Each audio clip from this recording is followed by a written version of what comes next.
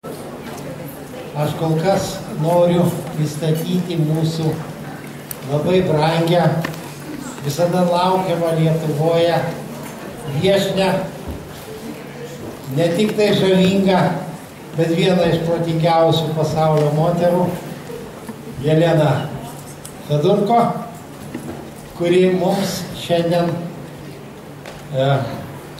pristatys savo tokį nuostabų pranešimą, kuris dalinai koresponduoja su mano rytinio pranešimo tema, kaip apribojimo teorijos metodai įtakoja visuomenės problemų sprendimą.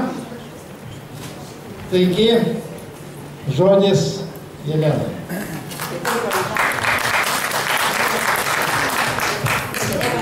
Yes? Okay, good. So good afternoon, everybody. It's a pleasure to be here, and thank you to you for being here. And this gives me an opportunity to have another talk with the colleagues. And it gives us all an opportunity to speak about important things that, well, we being in the educational system, that we all consider significant for working with all levels of students that we are having. Well, a couple of words about me. I come from Estonia. My native language is Russian, as you can see it from my name and the family name. Most of the time, however, I'm not in Estonia because just for the last, especially right now, 13 years and explicitly last 8 years, I've been working with the team, with Goldred's team. So just they are the people that started working with Goldred.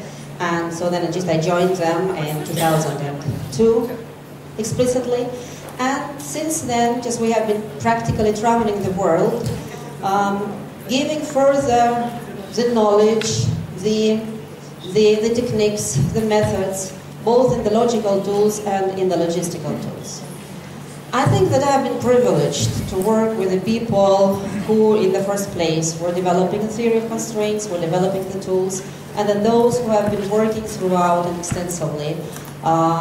It gave me an opportunity to see and to understand whether it works and how it works, both logistical solutions, like solutions for production, for project management, for distribution and so on, and also the tools and the solutions for people's management, which are the thinking processes that we're going to speak today about, whether they work in different countries, and what are really the ingredients of success or of working, whether it depends on the culture, whether it depends on the background, whether it depends on the educational system in the countries. And I have been working really extensively throughout. It's Japan and Chile and Brazil and Peru and Turkey and Germany and Poland and Russia and so on and so on. And actually it doesn't matter which country we're in, which culture we're in. What matters is that people have the desire to have and get better understanding of how the thinking is going, and they have the desire of knowing, of kind of structuring their language, their knowledge, of packaging their knowledge in order to be able to transfer it further. So, and today, what I want to do, I want to share with you my thoughts and my experience of what theory of constraints can give in the area of thinking, and specifically in the area of education. This, what you see just on the screen right now, describes my TOC experience, which is 13 years right now. But what it doesn't show and what it doesn't speak of is that implicitly or explicitly I have been in the educational system for 28 years now, and I mean actively, not as a student. I have worked with students of all generations and of all ages and from different areas. I have worked at school. I still work at university, so I teach undergraduate and MBA. I have worked with children, of preschool children when I was teaching them the language and the language skills. I have been working with children of all classes, from the basic school to the school graduates, just mostly teaching them the skills. And I have been working with managers throughout the world, with top managers and with middle-level managers, and as well as with operators on the shop floor, to transfer to them the knowledge and to teach them the skills that we found was important for them to have in order to implement what we were trying to give, in order just to implement the logistical solutions of theory of constraints, as well as helping them with the logical tools in order for them to communicate better. What I will be speaking today, and mostly what I will be speaking tomorrow, is not even that much of the established body of knowledge of theory of constraints. Certainly it comes from that, but I will be sharing with you my understanding and my work, and just part of what we'll be doing tomorrow, mostly today, just we have too short time, and tomorrow just I'm having 2 hours, and just I hope that you'll enjoy that as well tomorrow, because we'll be working with practical examples tomorrow. And what I want to share with you, the recent developments that have been in the area of logical tools, and specifically in how to understand and how to work with the assumptions. In other words, the justifications of the logical conclusions that we are making. And tomorrow especially, just I will be speaking to you about the concepts and the rules that I have presented in my book, which I published now a year and a half ago, on enhancing logical thinking. And this is what, in my understanding and in my experience, helps those people who want to improve their skills in thinking and in communication, what helps them stand stronger in communicating with other people and generally in understanding what they want themselves and in understanding the situation.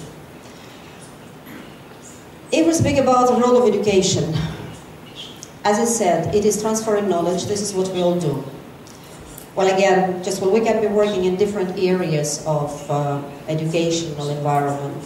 It can be state education, it can be private education, there can be kindergartens, basic school, just regular school, universities, after universities education. Well, just it doesn't matter. What we do, just we work in 2 directions. We are supposed to transfer knowledge, and moreover than that, we're supposed, and I find it a lot more important, to build skills. Generally, teaching is only the means to achieve that. When we're speaking about transferring the knowledge, well, if to look at the academic understanding of what the knowledge is the skill, mostly to recite what you have learned, what you have heard. Knowledge in itself, just if to take it like a pure skill, doesn't, it is the basis for comprehension, but it doesn't substitute comprehension, it doesn't substitute evaluation, it doesn't substitute analysis and synthesis, and these are all the skills that actually just we are teaching the students, the kids or the adults on a daily basis. I think I will say just what we all share here. I believe that for each of us who are in the educational process, what we want to achieve, we want to make our students self-sufficient. In other words, we want them to be able to keep on living without us. I don't know just if you agree with that, but this has been what I have strongly felt over all these 28 years in education. For me, the role of a teacher, of an educator, is to package what we have to transfer in such a way that when our student will get it, our student will be able to use it afterwards. In other words, to become self-sufficient and not lean on us, back on us, not for the knowledge itself, not for the decision process, not for the evaluation process.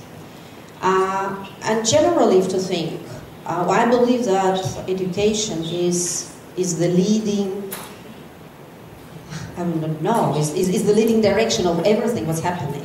Look, just when a toddler is learning how to press the handle in order to open the door, and just we really feel proud when our, a year and a half old understands that he needs to push the handle down and push the door to open and not to pull it. And how proud we feel when the first time our kid does it. And we really feel that we have achieved a lot. Teaching kids to read, teaching them to draw, riding a bicycle, riding a horse, skiing, teaching adults new language, teaching adults new managerial techniques, giving them bits and pieces of the world picture, doesn't matter to the children or to the adults, for them to put this together and combine that into a pattern. This is actually what we are doing on a daily basis. I really believe that practically the major process through what people go throughout the whole life is learning. And if there is a need for learning, there is a need for rest. There shall be a teacher.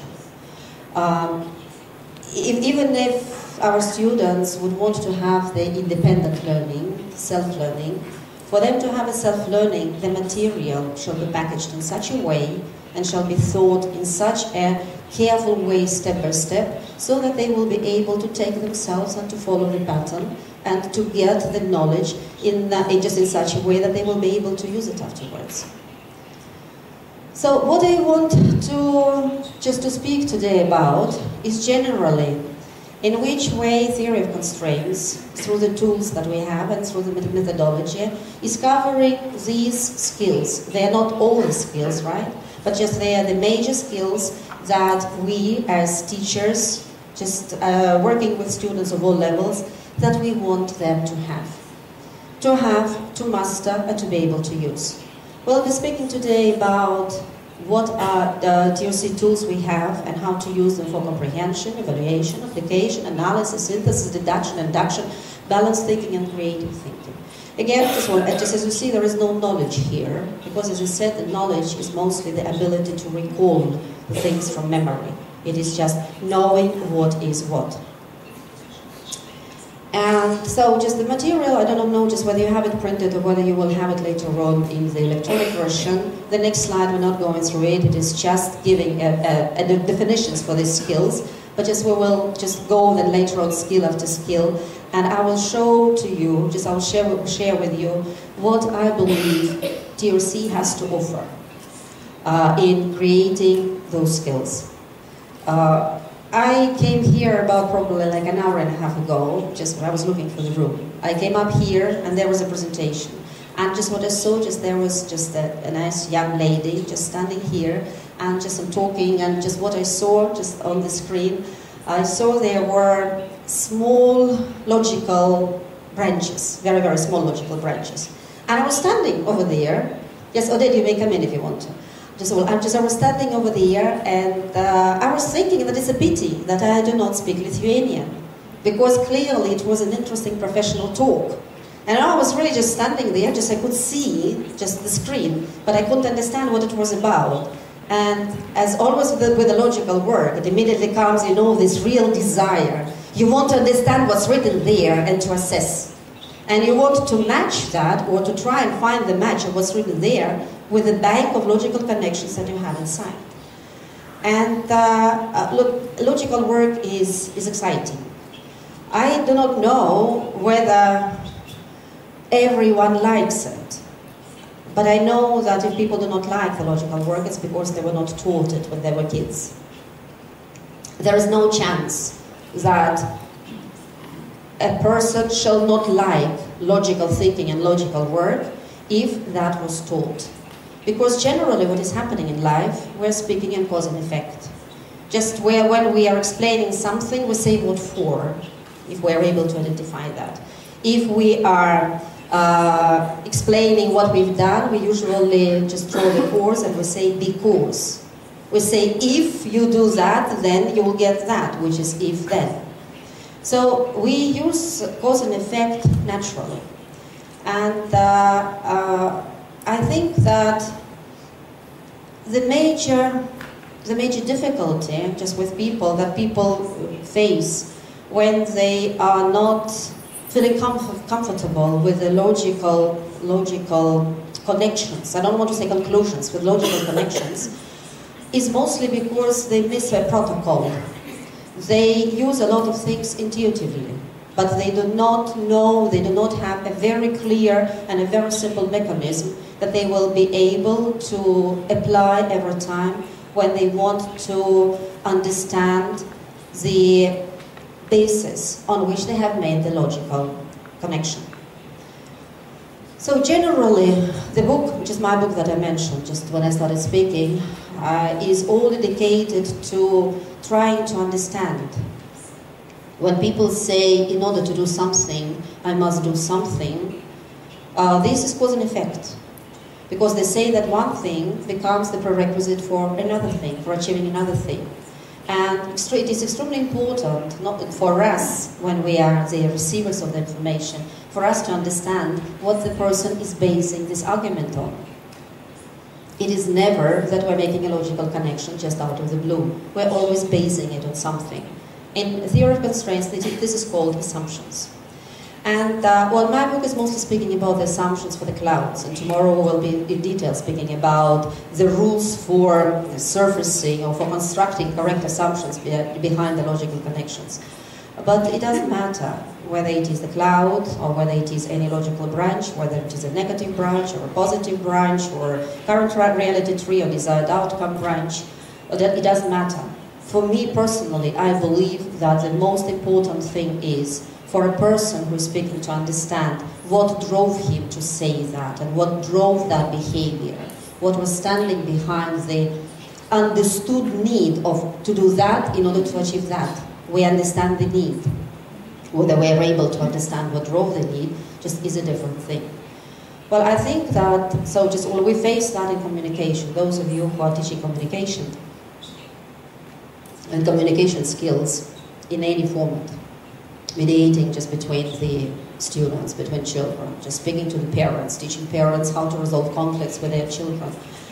I think that you have come to the situations when you would ask a child or an adult, why did you do that? Or why did you say that?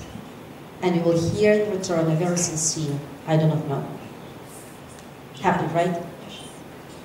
And this brings people to frustration, those who say that they do not know. And this, as educators, brings us to frustration, because we understand that if we do not know, we just will not be able to discover this underlying basis for this action or for this conclusion or for this statement. We will not be able to move forward, because we will not be able to resolve a conflict, or will not be able to create a gap between what people want and what people have and what people want. So generally, theory of constraints is coming into picture exactly when we want to look at cause and effect relationships. So what's unique about TOC is search for logical reasoning.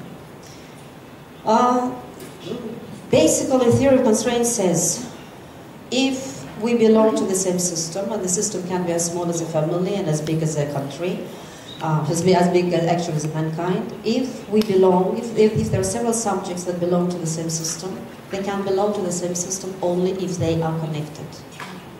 And the only way of connecting them would be cause and effect relationship.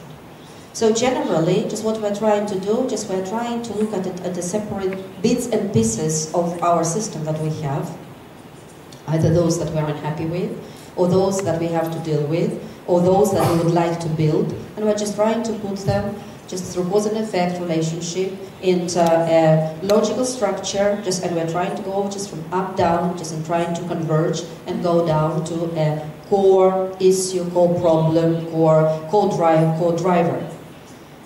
So the use of cause and effect relationship to structure our thinking, record our analysis, and understand the suggested solution for any problem. This is what TOC is offering, based on convergence. And a bit later today, when we will be speaking about the TOC tools and these 9 skills that I listed, that we are supposed to teach, supposed to build, and that we are building again implicitly or explicitly. So we will be speaking a lot about the convergence. So the second very important direction that TOC is taking is resolving conflicts. Just there is a very strong assumption that there should be no conceptual conflicts within our reality. We know that they exist, but we also know that they should not exist. Well, because simply of the way the world is built, the conflicts happen, but generally we create the conflicts due to our misunderstandings, due to different perceptions, due to different assumptions on which we base our judgments, on which we base our actions. And TOC is saying that if we're able to go down to these assumptions, and if we're able to identify them and to see them clearly, and if we're able to challenge them, then we'll be able to find the solution. And just in this case, just we're speaking about a win-win solution. Very often, just when we teach, very often I'm asked, actually you're speaking about a compromise. I'm saying no. We're not speaking about a compromise, and I certainly do not accept compromises. It is because when it's a compromise, it is that each side, there are two sides usually, sometimes more, but if we take the simplest compromise, when there are two sides, each side gives up on something. This is correct, this is a compromise. And then the majority of the effort and of emotions and the energy goes to watch carefully that side will not give up less than me. It's instead of trying and develop a real win-win solution when everybody will get what they want. Exactly this premise, this basic assumption that there should not be conflicts in reality allows the people who are using TOC to keep on searching for solutions. It's like we consciously refuse to accept that there is no solution to this situation. We say, yes, we do not know it yet, let's keep digging. It must be there, we just do not know that it is there. Generally, this is very close to my understanding of the world. Because I truly believe that probably it's very hard to invent something. We can discover.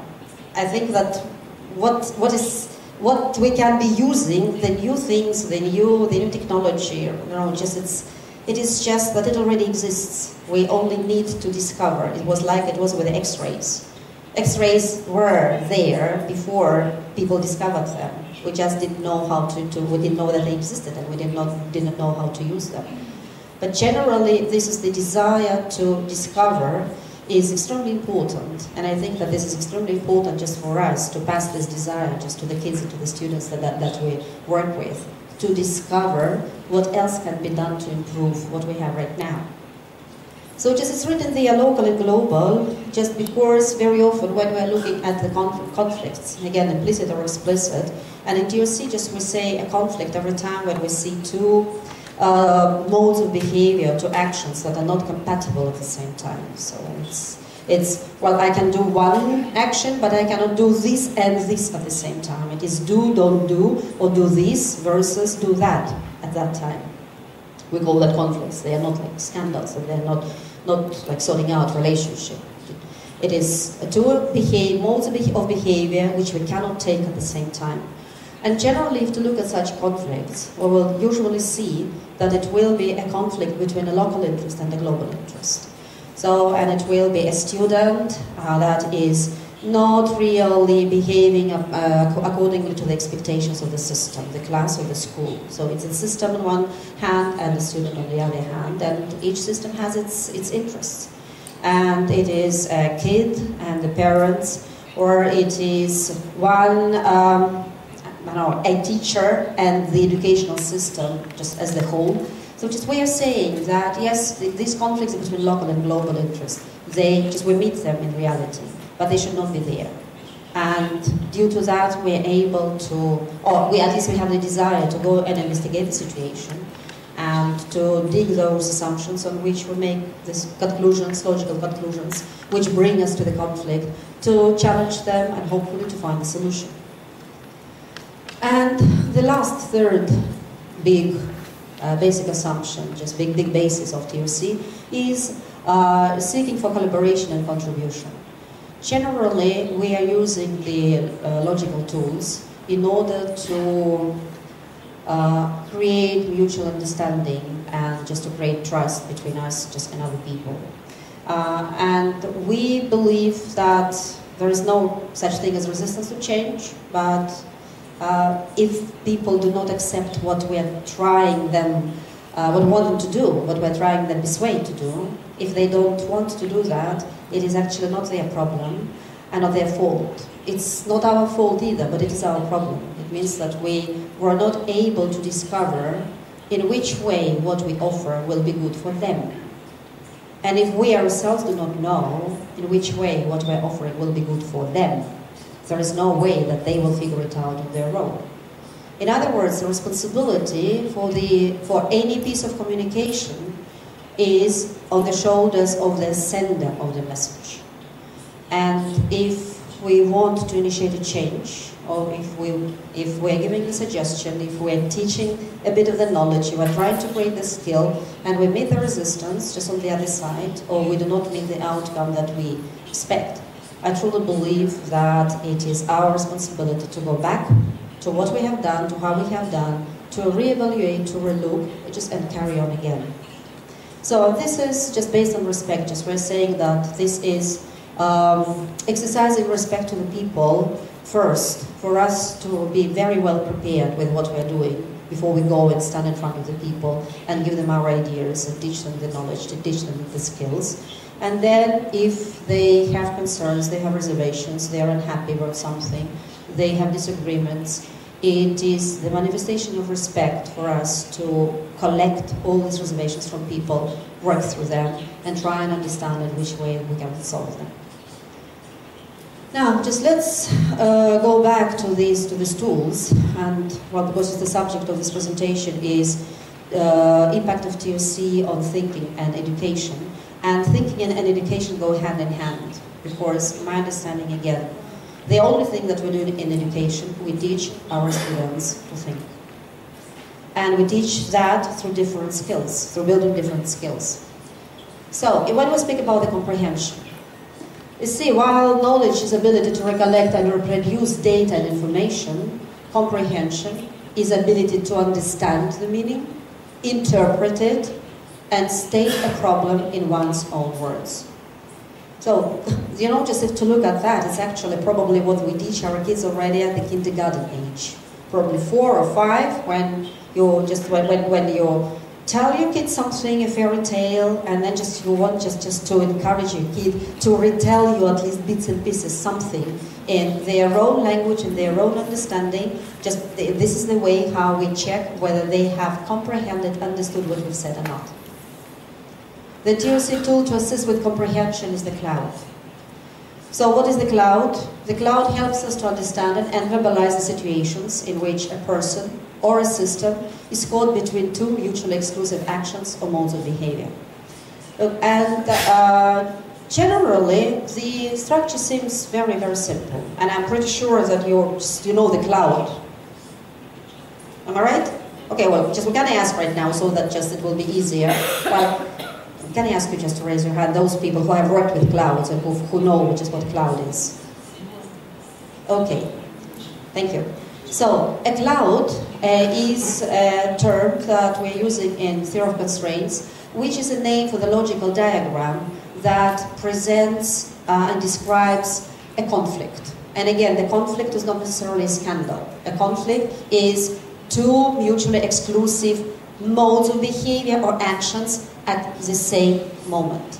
So a child cannot go to a cinema and study for tomorrow's exam at the same time.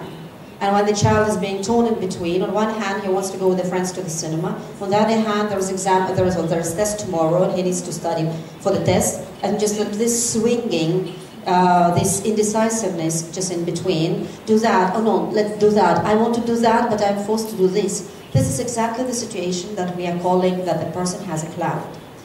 And it is extremely important If we're using this tool, and especially if we're teaching this tool, it is extremely important to understand that the first thing that we are teaching, while we are teaching adults or children to use the cloud, we are teaching comprehension. Because in the first place, a person shall comprehend what he is torn in between. That it is exactly this and that I cannot do both at the same time. But usually the conflict is on the surface. What is a lot more complicated is to understand why I'm torn in between. And just the next step that we're doing, and the next step that we're teaching, just we're asking, okay, what do you want to achieve by wanting to go to the cinema? What is driving you? And again, we are asking what for. We are not asking actually why, which is backwards. Why brings the reason, and what for brings the purpose. And the cloud is a very strong tool for people who work with the cloud to give themselves a very clear answer. What for I want to take this action. And it's the same with C. And just when we're speaking about the comprehension, it is so often, and I have worked with, I do not know how many hundreds, probably just thousands, a couple of thousands of clouds, of different people of different ages, several clouds from the same person, several versions of the clouds from the same person, clouds from the companies of different countries and different cultures. And what I really, and I see the same pattern again and again, that when people are kind of okay on understanding what they are torn in between, go to the cinema or study for tomorrow's test, then it's not that easy for them to understand the needs.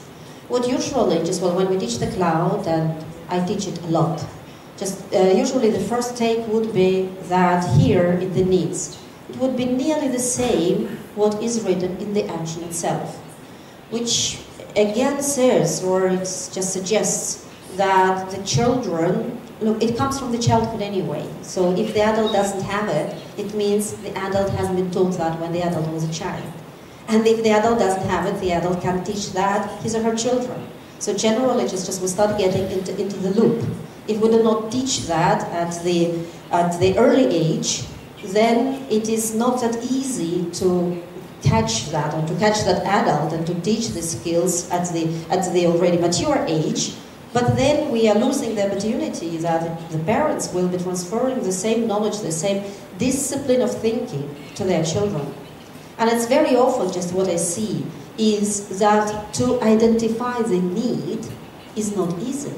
And very often what even adults will say, because I want it. And it's not enough.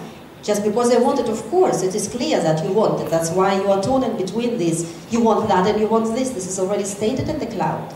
And it's also stated by this arrow. It's also stated that this is not possible to have at the same time. But why? What for you want it? And this is a very, very difficult question to answer. And this is a very crucial one to answer.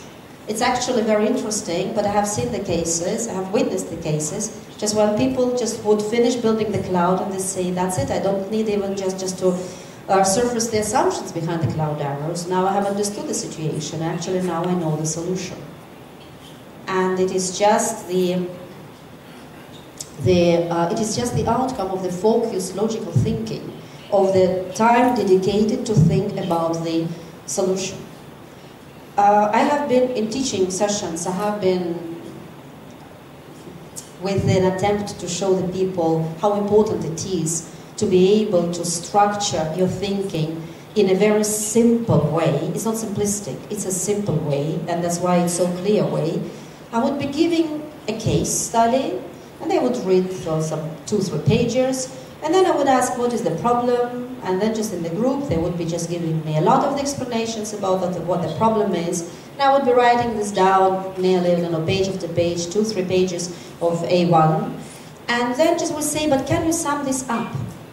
And generally, if it's a group of even adults, let's say 15, 20 adults, they cannot agree on what is exactly the conflict that was described in the case. And then just we take that and we put that into these 5 boxes, which is here, what the people were torn in between, or the person was torn in between.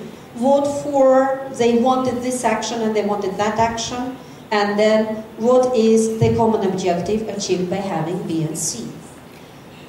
And then all of a sudden, just I've seen the change, in the comprehension of the situation.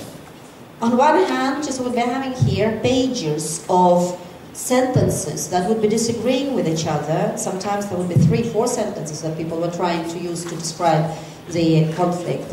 And then all of a sudden, the whole conflict would be put into 5 simple boxes with 5 very short sentences, and it becomes clear. It's like you were having pieces of mosaics, and all of a sudden, just you put the right piece in the right place, and then you start seeing the whole picture. This is exactly what's happening with the cloud. And another very interesting thing, very often, if you have the experience working with the cloud, what people write here, they repeat this and that. Which means, again, there is no, we do not teach enough. We do not teach the children, and as I said, and the adults don't have it, we do not teach them to generalize from bits and pieces. There is another tool in theory of constraints, which is called an undesirable effects cloud, when we take 3 undesirable effects, build 3 clouds, and start consolidating them. And from country to country, from company to company, people are having severe problems in consolidating 3 statements into one. So which means just there is something there that we do not have this algorithm of thinking of how to take, or how to see the pattern from separate, scattered things. And TOC and the TOC tools just are very good for teaching that. Just again, as I was saying, in cloud we state what for we want to take an action and what for we want to satisfy the need. With that we claim that if we do something, it will give us a certain effect. In other words, just putting any conflict or any situation when we are in between into the format of the cloud certainly allows for better comprehension. It's not only the verbalizing of that and this. This is a very clear understanding that this is needed to achieve that, this is needed to achieve that, this and this are necessary conditions for that, and necessary conditions means if we don't achieve that, this will not be achieved. It's by default. So, this will not be achieved fully. And just what is extremely important, and especially just teaching the kids, is for them to understand that while they want that to achieve this, by doing that, they endanger this. So cloud has a circle just in the logic. And if they do that, they will achieve that. And this is a good need. And that is a good need. They are good legitimate needs. Moreover, these are the necessary conditions for that. But then if they do that to achieve this, they put under danger this, because these ones are in conflict. And so on then just practically, just what is happening is that if children and adults are unable to do this logical work, then they keep on going in circles. So they return to the same problem or to the same behavior again and again and again. Then just we're saying that we want to eliminate that behavior, just this undesirable behavior or negative behavior, just from our children or just from our students, and in any way it returns back. Well, it returns back exactly because there is no understanding, because they're just, when this part of this, just this situation will be stronger, then the person will have that, and will do this. When this need is stronger, and when this need is stronger, the person will do that.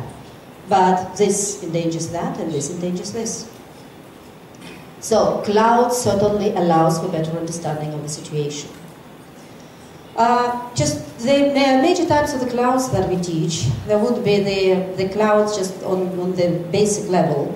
It is an inner dilemma cloud, when these are my needs and these are my actions, and usually one will be forced action and the other one is preferred action.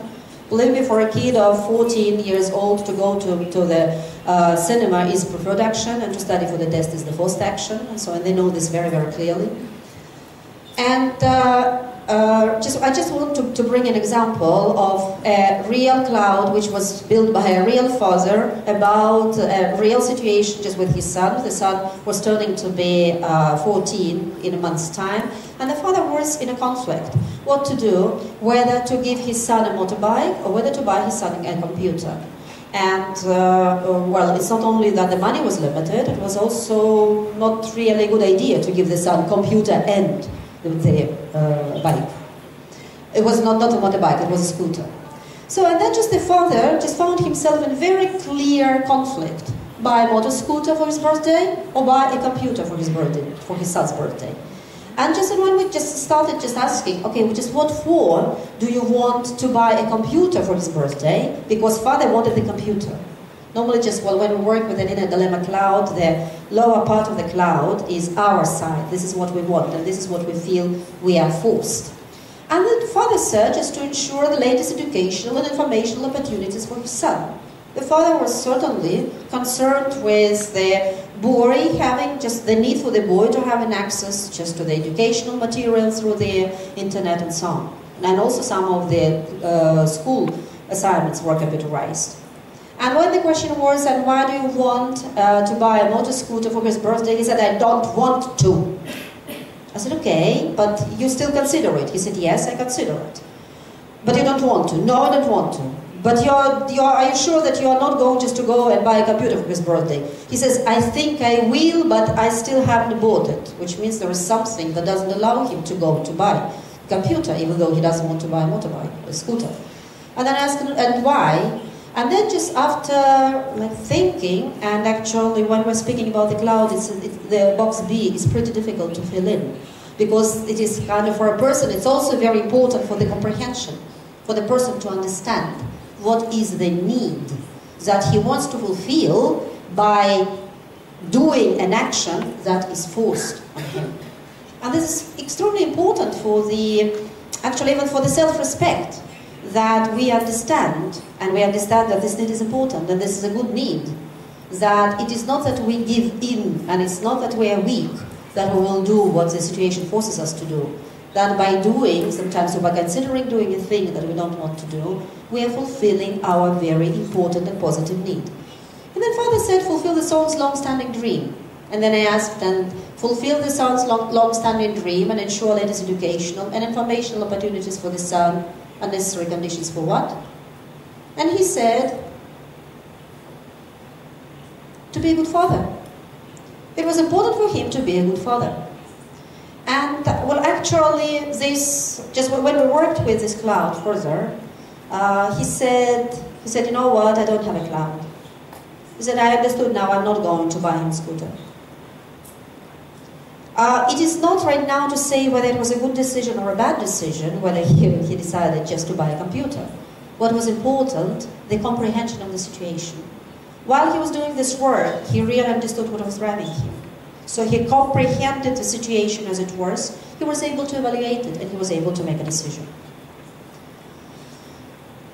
So another extremely important tool to build comprehension, there will be the assumptions behind the arrows.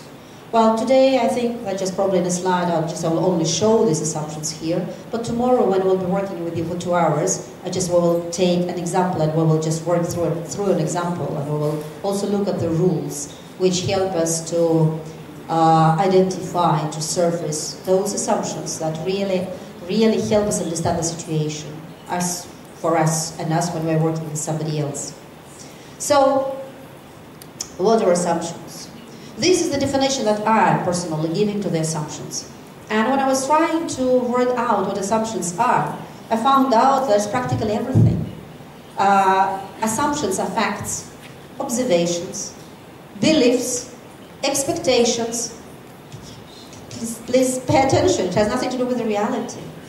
Expectation is just what we expect. Convictions, presuppositions, experiences, interpretations, concepts, principles, data, general knowledge, and other elements of thinking with which we support our reasoning behind a logical connection. And for comprehension of the situation, to teach children to understand the assumption on which they operate when they make the logical conclusion, or even when they make a statement like, I want to go to the cinema instead of studying for the test, is extremely important for them to be self-sufficient in their behavior. And I was once told, said, look, but this is boring. I say, what's boring? This turns us into a machine. Look, I'm not sure that this turns us into a machine, but what I'm sure of, that it makes us responsible communicators, and it makes us responsible members of the situation, if we understand what on we are basing our actions, and what on we are basing our logical connections, and then just our decisions and our requests, and what we want from other people to do for us. So I now just have to look at this, just at this cloud. Just when we're surfacing the assumptions, we say, in order to fulfill the son's long-standing dream, the father must buy a motor scooter for his birthday because the father has frequently told his son many stories about having a motor scooter as a teenager. And for the son to get the motor scooter will be a symbol of being accepted by the father as mature and grown up. And you know, this is a very important assumption. This was exactly why the father still hadn't bought the computer for the boy's birthday, even though the father wanted to buy a computer. It was exactly because he knew that there was nothing else, at least he couldn't think of anything else for that moment, that would become for his son the symbol of being accepted by the father as mature and grown up. And there was also, just usually we ask those just for working with the cloud to build 3 to 5 assumptions so that they will better understand the situation themselves. Assumptions are needed not for us. Assumptions are needed for them. That's why it's extremely important to build the assumptions correctly, that they will understand what really drives them. And look, if you see, this is more on the surface than that, right? That is deeper. So because it's just long-standing dream, but the dream here is about the motor scooter. But in reality, it is not the dream to get a motor scooter. It is the need to get the proof from the father that he's already grown up. And you know that he is the same good as father. His father at 14, he had a scooter. And the boy wants to see the recognition from his father that he is the same good as his father was. And this is extremely important for parent and kid relationship. So, but if just to look here, in order to ensure latest educational and information opportunities for the son, the father must buy a computer for his birthday because most of the information and communication goes through the internet. It's also a very good and a valid assumption. This is correct. But look now, have a look at this and have a look at that. This has a very heavy emotional load, correct? While this one doesn't. That's why the father, with his head, he wanted that because it was useful. But with his heart, he knew that it was, to some extent, the trust of his son to him as father was at stake. So now, we're speaking about comprehension. This helped him sort out the father, the situation. Now, just the other type of the conflict clouds, just which is very important, especially when we work with children and when we are in the educational establishment, is my side, his side cloud. It is when children get into the conflict, get into the disagreements between themselves, between just the children versus parents, the children and the teacher, the teacher and the class, the kid and the whole class, when it's the position on the one side and the position of the other side, and the thing is that in this case there is no compromise. Because each side demands on completely fulfilling his conditions, and this action is needed to fulfill this condition. And the side doesn't want to give up on anything, either here or here. So, and generally, just we're going again through the same system. We're identifying what I want to do, what for I want to do it, what the other side wants to do, what for the other side wants to do it, and extremely difficult is to find a common objective.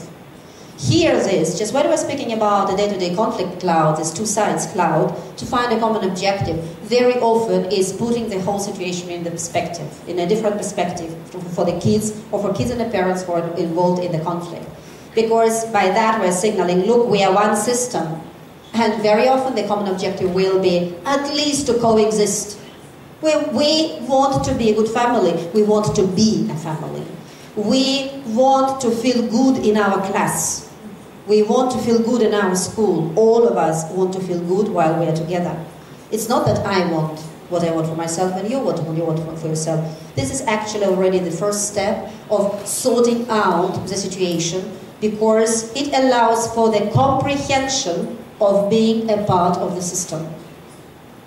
And now just if we look at the same cloud, the same example, and if we look at the son's side and at the father's side, you see here it's actually B and C are the same. But the son's side will be, you see, it's receive a motor scooter and father give a computer. So, but generally, this is just the situation, well, the cloud as is, hasn't changed much. And the common objective still says the same, feel good in the family. For both of them, feel good in the same family. What are the other tools for building comprehension is the negative branch. When we're teaching our kids, or teaching adults, to evaluate the possible negative consequences of their decision or action. Usually, so this tool is called negative branch reservation. We explicitly use it after we have worked with the cloud, surfaced the assumptions, challenged the assumptions, and found an injection. And then we check the injection for possible negative outcomes that it can bring. But, well, this tool can be used as standalone. It's just the child wants something, yes, now please make a very good logical assessment of if you do that, yeah, it will not bring to any negative outcome. So generally, just what we're doing, we teach them that this is your decision. Now check what possible negative outcomes may happen, and then we give them the whole algorithm, the whole sequence of how to, and tomorrow we will be doing that with examples, of how to track all the logic that goes from the things that this decision and action, which for now is not mean and not evil and is not bad, how come that this decision or this action can bring to possible negative outcome? And then they learn to understand that, and then they learn to look several steps ahead, and then they learn to understand that there are several intermediate steps that will happen from that to that. And they also, and this is extremely important, and we'll be speaking about that tomorrow, it's extremely important for them to be able to identify what other necessary conditions exist, or will exist, or should exist in the reality for this to happen. Generally, what we teach them, that if we are able to break the logic here, or the here, or here, or here, then this collapses. Then the decision and action will not bring to possible negative outcomes. To some extent, we're teaching them scenarios, different scenarios. TOC tools for building evaluation and application. I know that I'm nearly running out of time. We'll just go right now, step after step, pretty quickly. Evaluation. Evaluation is making judgments about the value of data or concepts. You know, this is so fundamental. How many times you have seen a kid, the kid has read a piece from the textbook, didn't understand that, and didn't understand that he didn't understand. So, and this is again because they do not really have the tools to make the judgment about the value of the data. The value for me, whether it matches the bank of my knowledge that I have, whether I can justify that by other bits and pieces of the knowledge that I have.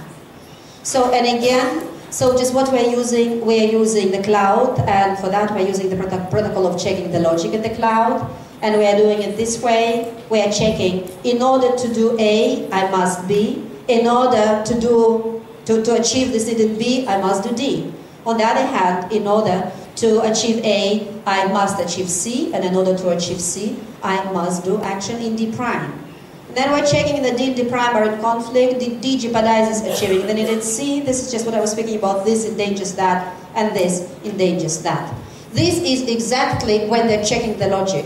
Whether it is really that in order to achieve that, I really need to do that. Does this really jeopardize this? Are these really necessary conditions for that? Am I really in a conflict? So this is a very strong tool for evaluation.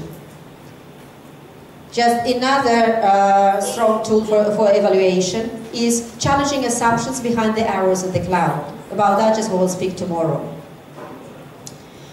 Just why we need that, what does it mean challenging an assumption? It means that you're looking at the statement that you have made, the statement by which, with which you have justified the desire to do that in order to achieve this. And then you make an evaluation of the statement. You're looking at your assumption and you're asking, is it really what it has to be? Is it in all situations like that? Does everybody behave this way? And this is a very strong tool for evaluating the value, for evaluating the validity of the assumptions on which we operate. Another tool for building evaluation, they are the categories of legitimate reservations. This is the protocol of checking the logic, which we're using mostly for the trees, especially for the current reality tree. And it is just I listed them here, but as you see, we explicitly teach those who learn that, and who want to learn that they shall check for clarity, they shall evaluate clarity of the statement, that what is said in the statement exists in the reality, that the cause and effect that is stated really exists in the reality, whether it is, the cause is enough for the effect to happen, or this cause happens only on the condition of another cause being there, whether it is only one cause that leads to this effect, or there are additional causes that work independently and also can cause this effect. Then predicted effect existence, and this is what we call house and fire, when people are mixing up their conclusion and the cause that made them bring this conclusion.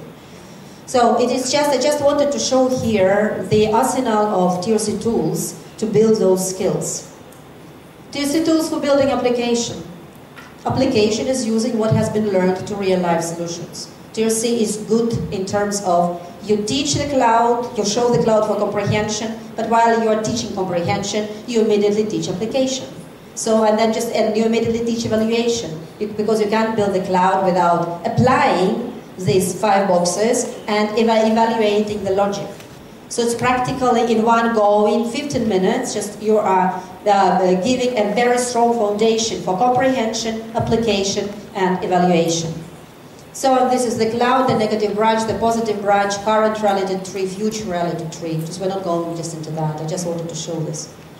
You say, and presenting one's own reality or projection of a future outcome, negative or positive, through logical structures that present and justify causality. Again, so just we're teaching them to use cause and effect in an explicit way. And TOC tools for building analysis, synthesis, deduction, induction, balance, and creative thinking. Analysis in synthesis. Analysis. It is breaking down material or concepts into components to detect relationship among the parts and the whole, or among the parts or the parts and the whole. And just please have a look, this requires comparing and contrasting. Again, the skills that we are trying to teach the kids and the adults. And then distinguishing between facts and inferences, which is extremely important. Fact is a fact. Inference is the conclusion that we made based on this fact. And again, we are starting to look into the assumptions on the basis of which we made that conclusion to put this assumption probably under the question, whether it is real, whether it is valid or not valid. And then recognizing logical fallacies in reasoning. This is all the elements of the analysis, and this is what for, just we need to teach the kids analytical skills. And synthesis is the other way around.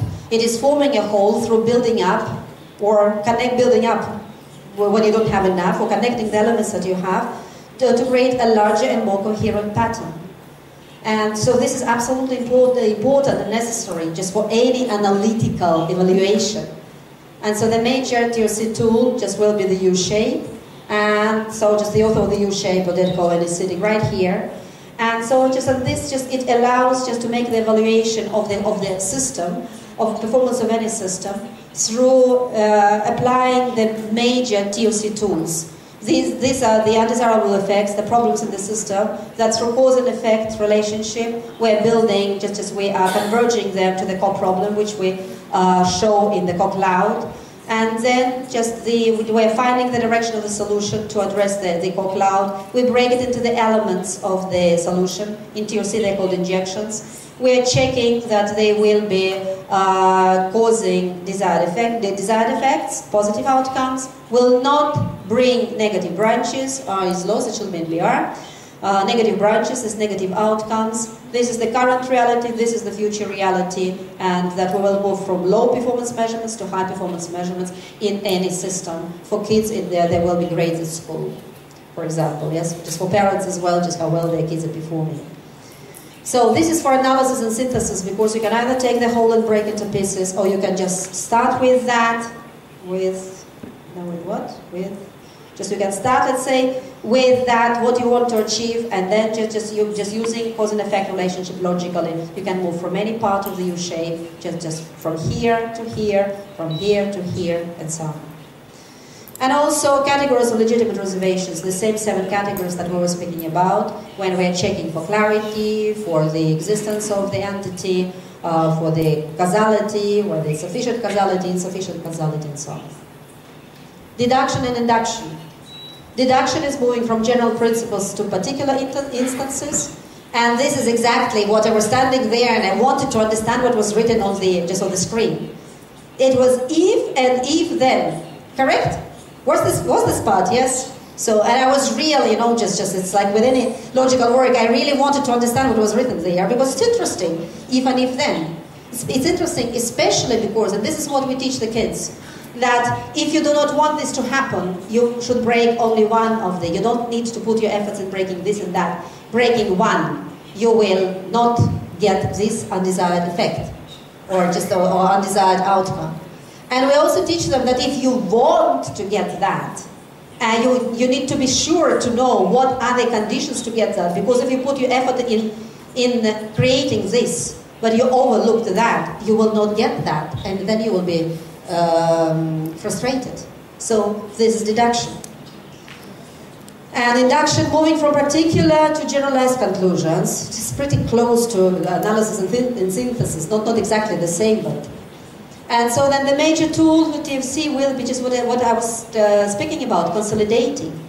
Consolidating, well, we teach our kids when they're 3 years old. Just you ask them, okay, honey, now can you give me one word that describes the 3? Apple, banana, help me with the third one, what? Sorry? Orange, thank you very much. And we're so happy when they say fruit. And consolidating actually requires quite a lot of creative thinking. I was just teaching consolidating, just actually for the clouds, businessmen. And I said, okay, can you consolidate blue sky, blue water in the swimming pool, and a blue flower? And I thought that they would tell me blue, and the answer was summer cottage. But you know what? That's outstanding. You understand that this is outstanding, that these are exactly the ways that we can consolidate against different factors. And this is actually the subject that I also like very much, because this helps people to look at the situation at different angles. And again, we do not teach enough. At least I find, working with adults, that I didn't teach that enough when they were kids. So that they will be able to use right now as adults, saying summer cottage, instead of just saying regular boring blue. Okay, balanced thinking. Balanced thinking is outstanding. Balanced thinking is what we teach our kids when we teach them writing an essay. How often just we say when you write an essay you have to give 2 for and 2 against, so that you will demonstrate that you do not have the biased thinking. Look at the essays that students are supposed to write when they enter university. How many of balanced thinking they can create, just practically, or they can demonstrate practically none. But balanced thinking is important because it speaks about unbiased thinking.